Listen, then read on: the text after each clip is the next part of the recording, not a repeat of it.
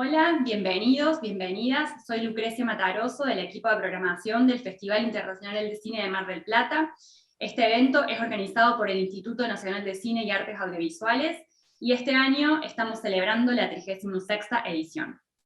Estamos muy honrados de presentar la película Carajita, que es parte de la competencia latinoamericana. Están con nosotros Silvina Schnisser y Ulises Porra, directores de la película. Bienvenida, bienvenido.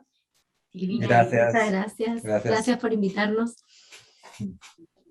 Bueno, si les parece, para empezar con este momento de preguntas y respuestas, les quería preguntar cómo fue el trabajo de codirección, si hay alguno de ustedes se dedicó más a la parte más técnica, alguien más a acompañar a los actores.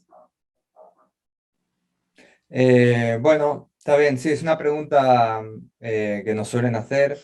Eh, la verdad que no tenemos unos roles tan específicos, me parece, ¿no? En el set, nosotros de alguna manera estamos bastante acostumbrados a trabajar juntos. Hicimos Tigre primero, que fue nuestra primera película, y unos cortos antes.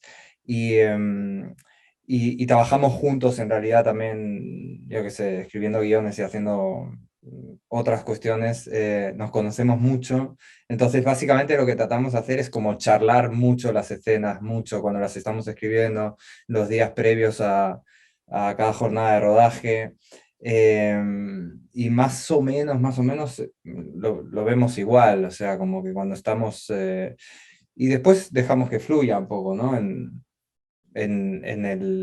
el set, no sé, a veces uno se queda un poco más cerca de los actores, el otro se queda más cerca de la cámara. Sí, depende de la escena también, ¿no? Sí, depende de la escena. No es como, lo que quiero decir es que no es una cuestión así como de roles súper concretos, de uno se ocupa de los actores, actrices y actores, y el otro, no sé, la puesta y la cuestión más técnica, no es así necesariamente. Y en relación al trabajo dentro de la película hay algunas actrices y actores profesionales y también algunas personas que no se dedicaban a la actuación. ¿Cómo fue el trabajo de preparación, digamos? ¿Cómo trabajaron eso en la película? Bueno, en realidad, en nuestra primera peli en Tigre ya habíamos hecho así como un casting mixto y fue algo que nos gustó mucho, la experiencia y aprendimos muchísimo. Y esta vez quisimos casi sin premeditarlo mucho, pero lo repetimos. Y también nos ayudó mucho también a conocer un poco el lugar, porque filmamos en República Dominicana, Ulises es español, yo soy argentina, y la verdad que el hecho de salir a buscar actores y actrices en el lugar donde íbamos a filmar también nos ayudó a recorrer, a conocer y a acercarnos un poco a su gente, digamos.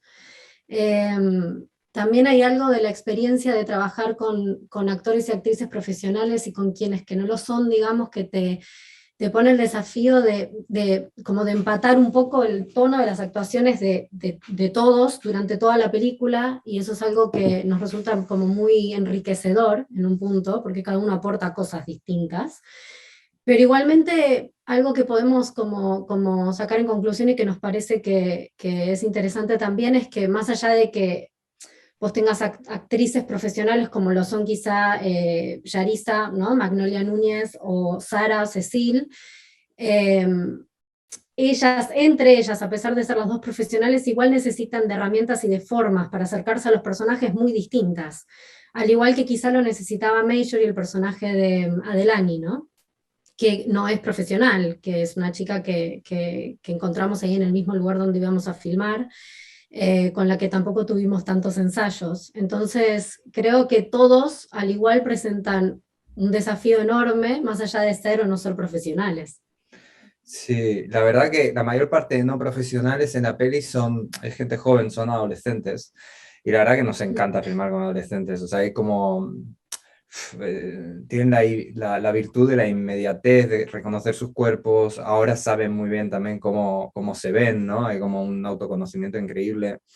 Entonces, la verdad que es una parte muy, muy divertida. O sea, y después concretando un poco más en lo que dice ella entre las diferencias que hay entre Magnolia y Cecile, ¿no? Que son Yarisa y Sara, las dos son actrices y la verdad que nos encantó trabajar con las dos, pero bueno, Magnolia es una actriz de método, entonces se la pasa trabajando ese estado mental, aparece en el set, sobre todo en las escenas más complicadas, pues ya venía absolutamente trastocada.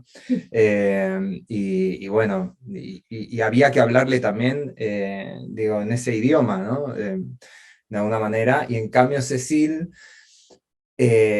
es como absolutamente, o sea, se acerca racionalmente al personaje, tiene como un dominio de los gestos que es, podías leer, o sea, tú le decías, bueno, en este segundo cuando te dicen eso, abre la boca un poco, o sea, déjate, te descuelgas, no sé qué, y eso lo repetía pues cada vez igual, ¿no? Sí, casi mecánicamente. Y es más, ella es la típica, está haciendo un chiste 2 segundos antes de la acción, ¿entiendes? Y pum, acción y está dentro, ¿no? Entonces es como dos procesos y había que realmente comunicarse de manera muy distinta entre las dos, o sea, no era el mismo idioma, para nada, ¿no? Y con Adelani, que no es profesional, había que improvisar muchísimo. Mm. Hablábamos sobre la escena, no pensábamos tanto en diálogos ni en repetir textos, sino de la esencia de la escena. Entonces ahí también había como una relación como muy generosa también por parte quizá de Magnolia, que quizá es actriz profesional, cuando tenía que hacer las escenas con ella también se adecuaba a esa proposición, digamos. Entonces todas presentan un desafío distinto, profesional y humano, y la verdad es que con todas fue muy interesante.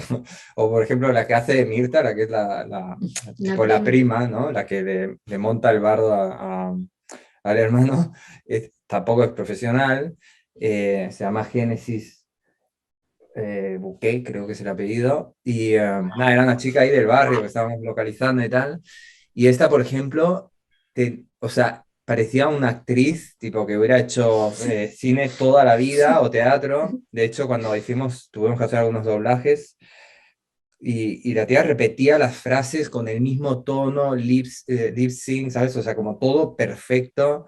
Eh, Nada, no sé, es Con como, ella se lo te que lleva sorpresas todo el rato, digamos, como no puedes decir que no es profesional, porque de alguna manera era brutal lo que hacía, ¿no? Mm.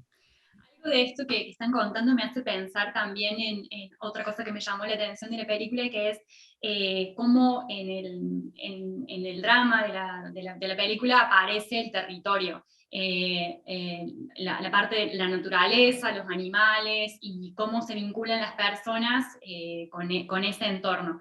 Entonces, bueno, si quieren hablar un poco de cómo fue ese trabajo, cómo fue que pensaron la película, la historia también dentro de ese universo.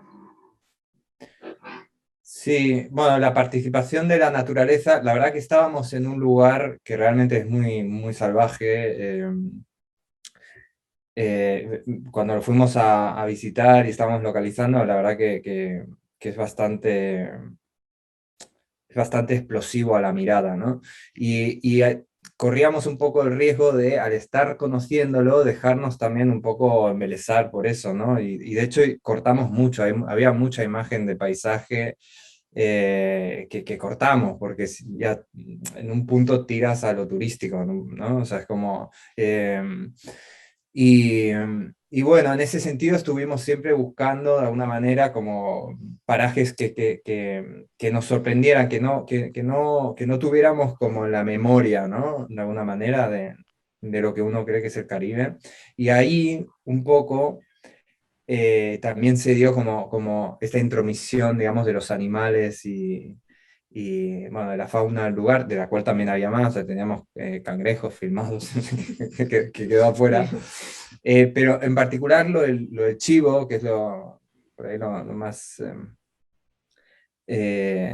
nada, la primera decisión de incluirlo fue una decisión técnica por una cuestión de guión, eh, bueno, necesitábamos centrar la atención en otra cosa, como un pequeño truco de magia, y ahí surgió la figura del primer chivo. Y después nosotros nos engolosinábamos un poco, o de alguna manera le vimos esa vertiente, digamos, de realismo mágico, ese pequeño corrimiento.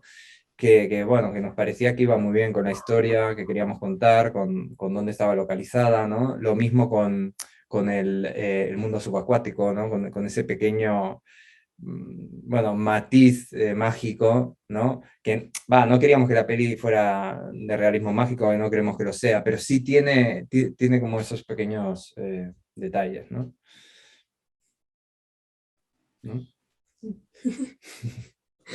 Bueno, también otra cosa que les quería preguntar es en relación a, bueno, si bien está esta tensión como de clases, de la diferencia, la marcadísima diferencia de clases sociales y el mundo de lo laboral, pero hay algo en el personaje principal, como de donde ella está como siempre haciendo, bueno, tiene una gran, la dignidad es algo que aparece cuando uno piensa en el personaje de Yarisa, en lo digna de sus acciones, y cuando hay algo de la pérdida de identidad a partir de un nuevo nombre que le dan sus empleadores, o una nueva manera de llamarse a sí misma cuando está junto a ellos, y otra forma de lo familiar, de la gente cercana a su casa, a su entorno. Bueno, un poco cómo fue ese trabajo. Bueno, en el caso sí, es interesante lo que decís porque estás ahí como uniendo dos puntos que me parece que fue algo que pensamos y que queríamos trabajar también. Particularmente lo que pasa en República Dominicana con estas figuras, que es la figura de la nana en realidad, ¿no? Que son chicas que por lo general quedan embarazadas muy jóvenes y tienen bebés de adolescentes, digamos, y por su situación de clase social económica pobre y baja, tienen que abandonar a sus bebés, dejarlos con algún familiar, como puede ser una tía o una abuela, e ir a cuidar o a criar, mejor dicho, otro bebé de una familia rica o acomodada de Santo Domingo o de Dominicana. Entonces, lo que sucede ahí es que realmente ellas dejan su vida atrás, a su familia atrás, a su lugar atrás, para pasar a vivir la vida de otra familia que no es la propia y que ni siquiera pertenece ni siquiera a su contexto o a su clase. O sea que hay una pérdida de identidad fuerte en ese sentido. Entonces hay algo con el juego del nombre que fue algo que planteamos en el guión, que ella es Yarisa, pero ella es Yarisa en su vida actual, pero en su vida real, digamos, ella es Santa y la llaman Santa, y es la vida que dejó atrás y es con la que se viene a encontrar ahora nuevamente, y que a ella le da miedo en un punto, porque no sabe muy bien con qué se va a encontrar, porque ella lo abandonó hace muchísimo tiempo. Entonces hay algo de vivir una vida prestada, una vida que no es la tuya, digamos, eh, que es lo que queríamos retratar y donde nos queríamos centrar, ¿no? Sí. Ujú. Bueno, y también otra cosa que les quería preguntar, bueno, en relación, hay la película es súper compleja en el retrato de estos, en este retrato no solamente de las clases, sino también de los vínculos, digo, no solamente de las clases sociales, sino también de los vínculos familiares. Está esta morosidad que tiene la nana con Sara, Yarisa con Sara, y también o sea, cuando aparece la hija biológica de Yarisa,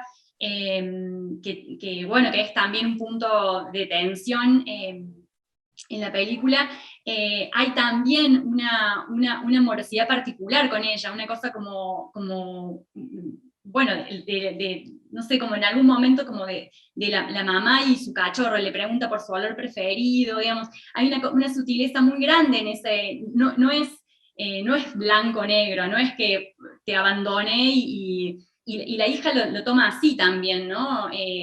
Pese a todo, vos sos mi mamá, y muy, muy madura le reconoce, aunque está dolida también. Bueno, hay como mucha sutileza en ese trío, digamos, en el trabajo con las tres. ¿Cómo fue que trabajaron eso en el guión? Bueno, también ya nos contaron un poco el hecho de algunas improvisaciones con el personaje de la hija de Yarisa que no venía de un trabajo más profesional de la actuación, digamos. Bueno, ¿cómo trabajaron para que ese vínculo tan complejo y particular fuera plasmado de esa forma?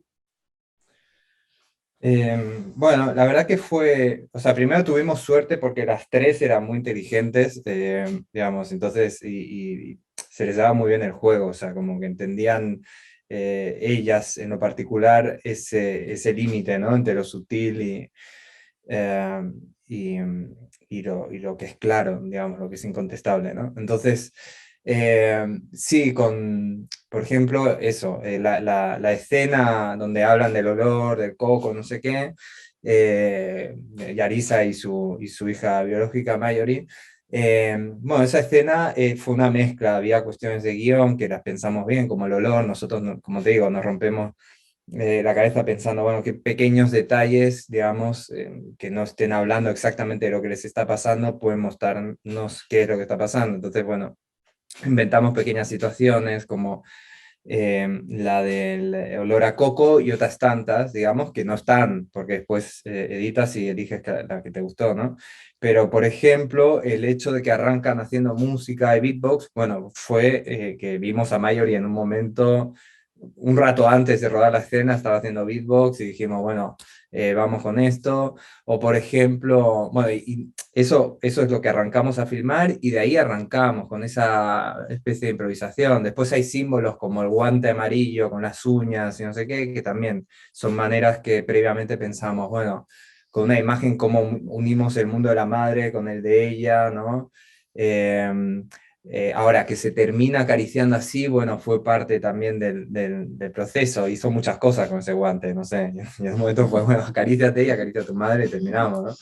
Eh, con el, por ejemplo, la escena en la que charlan Sara y Mallory, ¿no? Que fue una escena, una de esas escenas complicadas, ¿no? Que, bueno, a Titi le gusta mucho decir, de decir, bueno, digo, Se con los enfrentan, pingos en la cancha, o sea, claro. poner a dos personajes que tienen tanto que decirse y que normalmente uno, pues a lo mejor esquivaría el bulto, porque, bueno, coño, los vas a poner juntos y de qué mierda van a hablar, ¿no? Y bueno, ponerlos efectivamente y ahí, yo qué sé, páginas y páginas de diálogo, pensando, viste, escribiendo para ver qué pasa, sacando, descartando. Y bueno, gran parte del diálogo que hay ahí, por ejemplo, es escrito, pero bueno, el momento en el que ellas humanamente conectan, que es cuando hablan de los pedos de la madre, de Yarisa, bueno, es improvisado también. Y ahí se le dijo a Mayori en una parte, bueno, cuando estábamos en el plano, filmando el primer plano de Sara, le dijimos, bueno, ahora pregúntale si se tira pedos con ella, no sé qué. Entonces, claro, toda esa reacción de Sara y todo lo que pasa después es real en un punto, ¿no? Entonces, y ahí es donde creemos que, bueno, son dos niñas hablando, digamos, ¿no? De repente bajan las defensas un poco. Va, es como siempre una mezcla, ¿no? Y después en la edición pensar mucho eh, qué es lo que sobra, ¿no? Hasta dónde quieres remarcar o no, que es todo un trabajo. Nosotros hemos tardado mucho tiempo en editar esta peli, junto a Delphi Castañino, y bueno, es como esa cuestión, ¿no? De ir recortando, ir dejando pues, lo más sutil, lo más necesario, y de vez en cuando que se digan las cosas, ¿no? Ella te quiere, sí, me quiere, ¿no? Y ahí podíamos elegir no hacerlo y elegimos hacerlo, porque sí, digamos, ¿no? Hay algo también que podríamos decir que de alguna manera es un coming of age, digamos, hay algo de la transición de estos personajes de un universo más juvenil o con algunas cosas de la niñez y la adultez, ¿no? Pensar en el primer trabajo, pensar en la universidad o que se va a estudiar, digamos. y un poco en ese rito de pasaje, todo lo que sucede, ¿no? La vulnerabilidad, el peligro, esto que se dice del principio, cuando era niña, Yari, ya nunca más me quitaste los ojos de encima, es como hay una madre o hay una nana, hay una persona maternando, mirando esa fragilidad, y bueno, está esto también como un tema ahí a lo largo de la película. ¿Cómo fue fue algo que apareció en el proceso o fue algo que lo habían pensado antes? Sinceramente creo que nunca lo pensamos así tan directamente, ¿no? Cuando escribíamos, creo que nunca pensamos en la situación de Sara de, bueno, ahora es una niña y ahora es una adulta. Creo que, en realidad creo que fue algo como muy, que tenía que ver más con una situación de una adolescente de clase alta metida en el sistema en el que está metida. No tanto por una cuestión de crecimiento personal, digamos. Mismo, no sé, creo que el tema de la edad tampoco fue una discusión, digamos, ¿no? O sea, sí que queríamos un adolescente, ¿no? Queríamos dos adolescentes, sobre todo también porque tenía que ver con que hay algo de emparentar, eso sí, ahí sí que este tema sí que se tocó, sino de emparentar que Yarisa quedó embarazada con la misma edad con la que nosotras vemos a estas dos chicas, en ese mismo momento. Ahí sí que establecemos un paralelismo que para nosotras era importante. O sea, que Yarisa y Sara no se llevan muchos años, a pesar de que ella es una segunda madre, digamos, o es su madre de crianza. Eh, no se llevan muchos años y la edad que tiene Sara es la edad en la que Yarisa en su momento quedó embarazada y tuvo que dejar su casa para trabajar y criar a otro bebé. Ese paralelismo creo que sí lo tratamos, pero el tema tanto de la situación en que ahora sí es una adulta o no lo es, creo que no fue algo que... Sí, no tanto el despertar, sí que discutimos bastante sobre la edad que debía tener, porque necesitábamos una edad en la cual alguien que se manda semejante cagada no pueda resolverlo. ¿Viste? Si ella era un poco más grande, de alguna Claro. manera, cuanto más grande, más inverosímil se volvía, digamos, el silencio, por decirlo de alguna manera. Eh, y nos parecía como esa edad donde, bueno, uno está a un paso de explotar y un poco antes de la meta sucede algo que es terrible, digamos, ¿no? Y no tienes todavía las herramientas Claro. para sostenerlo. También nos ocurrió que decíamos, bueno, el accidente, digamos, que mueve la historia, debía ocurrir bastante temprano, porque eso va a la película, un poco de lo que pasa después, de cómo el sistema, digamos, que las incluye, digamos, maneja la situación, ¿no? O se va corriendo como cada cosa a su lugar. Pero sí necesitábamos dejar claro de alguna manera a un nivel muy sensitivo y muy a flor de piel la relación entre ellas dos rápidamente, ¿no? Por eso también elegimos hacer el comienzo que hicimos, digamos que en parte es como una falsa promesa, ¿no? Es como un mismo formalmente también, ¿no? Y ahí discutíamos mucho y hubo mucha edición para concentrar todo eso, porque en realidad filmamos mucho, de, bueno, ok, tenemos que mostrar por ahora y por un momento que son como madre e hija, algo muy parecido a eso, no son madre e hija, pero algo parecido. Y en ese sentido decíamos, bueno, una nena de 16, de 17, ¿qué hace con la madre? ¿No? Entonces, obviamente necesitábamos momentos lindos, pero también momentos feos, y por eso pusimos una discusión, y fue todo un reto. Tratar de lograr que esa discusión o que esos momentos oscuros del principio no tiñeran de oscuridad al principio, que lo que queríamos era salir de ahí con una buena sensación, digamos, ¿no? Que después lo resolvimos con lo de los celulares y como ese fin de discusión. Pero bueno, sí que en todo caso, no pensando en un coming of age, pero sí que tratamos de concentrarnos bastante en cuál era la edad de Sara y vamos, qué juego nos permitía eso en la relación Claro. con Yari, ¿no? Y para cerrar, les quería preguntar en relación a, bueno, un poco ya hablaron del montaje, pero es muy particular el trabajo no es lineal, hay momentos en donde tiene también que ver un poco con esta idea del recuerdo, ¿no? De la memoria, sobre todo al comienzo. donde Sara habla de cuando era niña, y bueno, donde explica también un poco su relación con el agua, con el mar, con sumergirse, y también el universo del sonido, ¿no? Que es tan particular. El sonido, hay como una musicalidad especial que va acompañando el drama. Y también hay momentos en donde la música, como en el beatbox, acompaña como momentos de que la pasan bien, de distensión, de comunión, de conexión entre los personajes. El sonido no solamente en la musicalidad, sino en la parte musical, sino también en esa atmósfera de ese lugar tan particular, tan rodeado de naturaleza, ¿no? Y esos sonidos tan presentes en el relato. ¿Cómo fue ese trabajo? Bueno, ahí, nada, hay que destacar el trabajo de Nahuel Palenque en el sonido, que la verdad que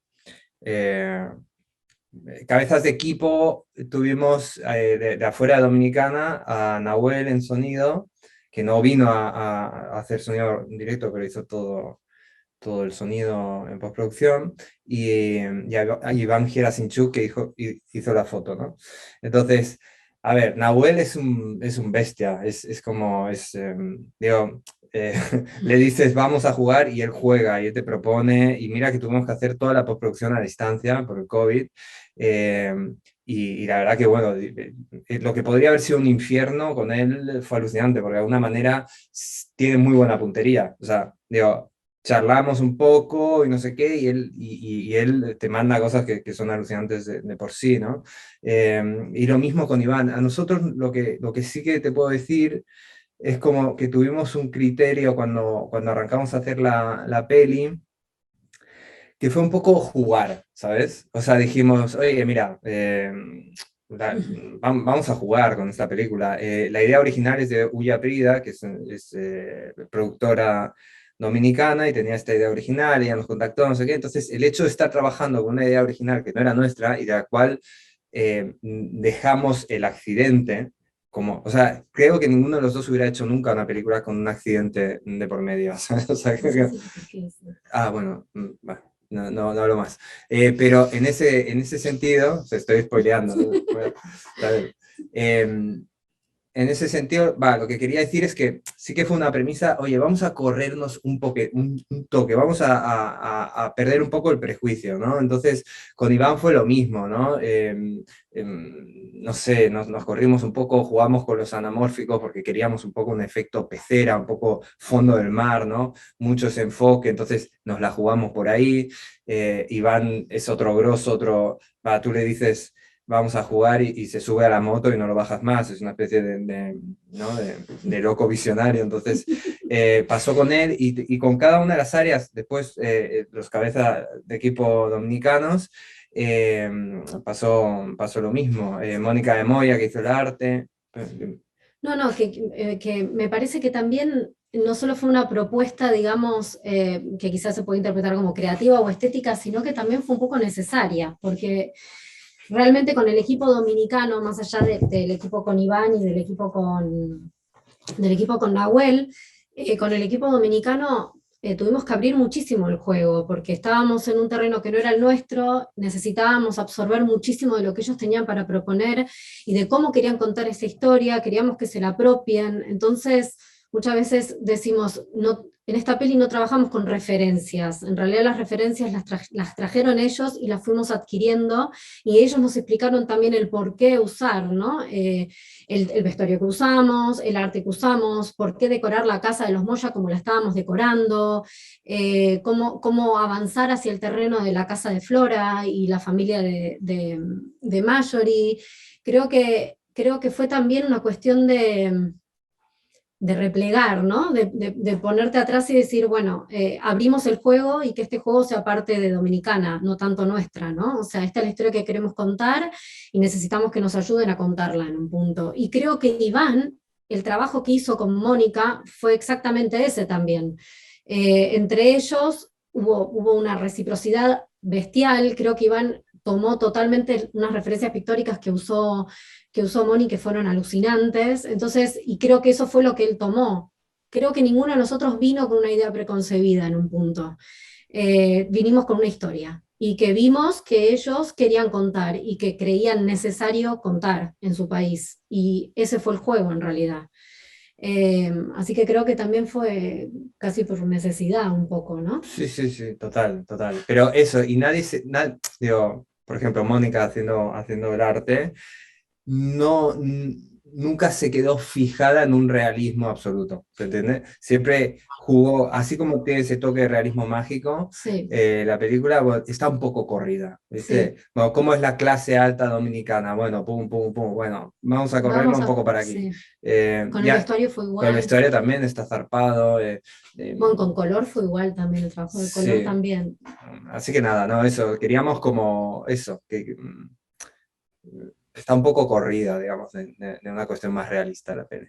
Y en el sonido, que es donde habíamos arrancado, bueno, Nahuel es muy bueno en eso. Y también nos la jugamos un poco con la música más de lo normal. Con la música, eh, bueno, queríamos jugar también un poco con el género hacia el final de la película y también nos atrevimos más de lo que nosotros somos por inercia, digamos. O sea, dijimos, ah, venga, esto, pues vamos a atrevernos. Y entonces ahí hubo una conjunción con el músico, que es dominicano, Andrés, bueno, no me Andrés, sale ahora el apellido, pero... yo tampoco. Y con Nahuel, que bueno, Nahuel agarraba esa música y sabes qué, ¿no? Es un fiera. Bueno, agradecerles a ambos por la película, por una película tan compleja, con sus momentos hermosos y también con sus momentos, su retrato duro de la realidad. Muchísimas gracias por acompañarnos y bueno, Bueno, que sea la próxima película. vale, Ay, gracias. gracias al festival por invitarnos, por elegirnos. Que vaya bien.